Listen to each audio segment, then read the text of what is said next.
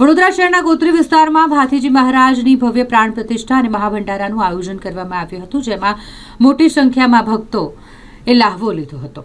અહીં ખાસ વડનગર યુવક મંડળ દ્વારા સંપૂર્ણ આયોજન કરવામાં આવ્યું હતું. ભવ્ય પ્રાણ પ્રતિષ્ઠા મહોત્સવની સાથે સાથે જ્યારે મહાપ્રસાદીનું એટલે કે મહાભંડારાનું આયોજન કરવામાં આવ્યું હોય તો વિસ્તારના લોકો પણ મોટી સંખ્યામાં આ ધાર્મિક કાર્યક્રમમાં જોડાયા હતા.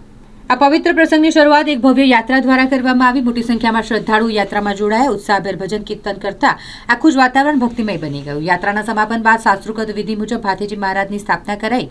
મહારાજની મૂર્તિને ગોત્રી વિસ્તારમાં આવેલા તેમના નિજ મંદિરમાં વિધિવત રીતે સ્થાપિત કરાઈ, જેનાથી મંદિરનું પરિસર દિવ્ય ઉર્જાથી ભરાઈ ગયું. શ્રદ્ધા અને આસ્થાનો મહાસાગર પ્રાણ પ્રતિષ્ઠાના પાવન અવસરે સ્થાનિકો અને આસપાસના વિસ્તારોમાંથી મોટી સંખ્યામાં ભાવિ ભક્તો ઉમટી પડ્યા. વડનગર યુવક મંડળે વ્યવસ્થા અને આયોજનમાં કોઈ કચાશ ન રહે તેનું ધ્યાન રાખ્યું, જેના કારણે સમગ્ર કાર્યક્રમ શાંતિપૂર્ણ અને ભવ્ય રીતે સંપન્ન થયો. મારા ઇલેક્શન વોર્ડ નંબર 10નો વિસ્તાર છે, જ્યાં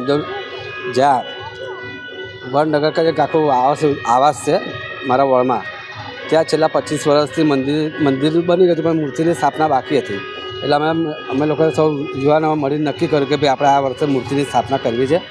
એટલે અમે નવ મૂર્તિ અંબાજીથી લાવીને એમની પ્રાણ પ્રતિષ્ઠા છેલ્લા 5 દિવસથી ચાલતી હતી. આજે એમને વરઘોડા રૂપે આખા માતાજીને ભાથીમાને લેવા જઈએ છીએ, જેથી કરીને પ્રાણ પ્રતિષ્ઠા થઈ શકે. અને પ્રાણ પ્રતિષ્ઠાની જે બી પૂજા હતી એ પૂજા હવે ચાલુ જ છે. સાંજે 6 વાગ્યા પછી મહાભંડારા આયોજન કરવામાં, જેમાં લગભગ 10 થી 12 હજાર લોકોનું મહાપ્રસાદીનું આયોજન કરવામાં, એટલે સાંજે બી લોકો આવવાના છે મહાપ્રસાદી લેવા. આ જ રીતે મારા વોર્ડમાં લગભગ જે અર્બન જે 8 શાખા ભાયેલી વિસ્તારમાં, ત્યાં બી એક સાથે 8 મંદિરનું ખાતમુહૂર્ત કરવામાં આવશે અને 8 મંદિર લગભગ 2 મહિનામાં એનું ખાતમુહૂર્ત કરીને ચાલુ કરવામાં આવશે.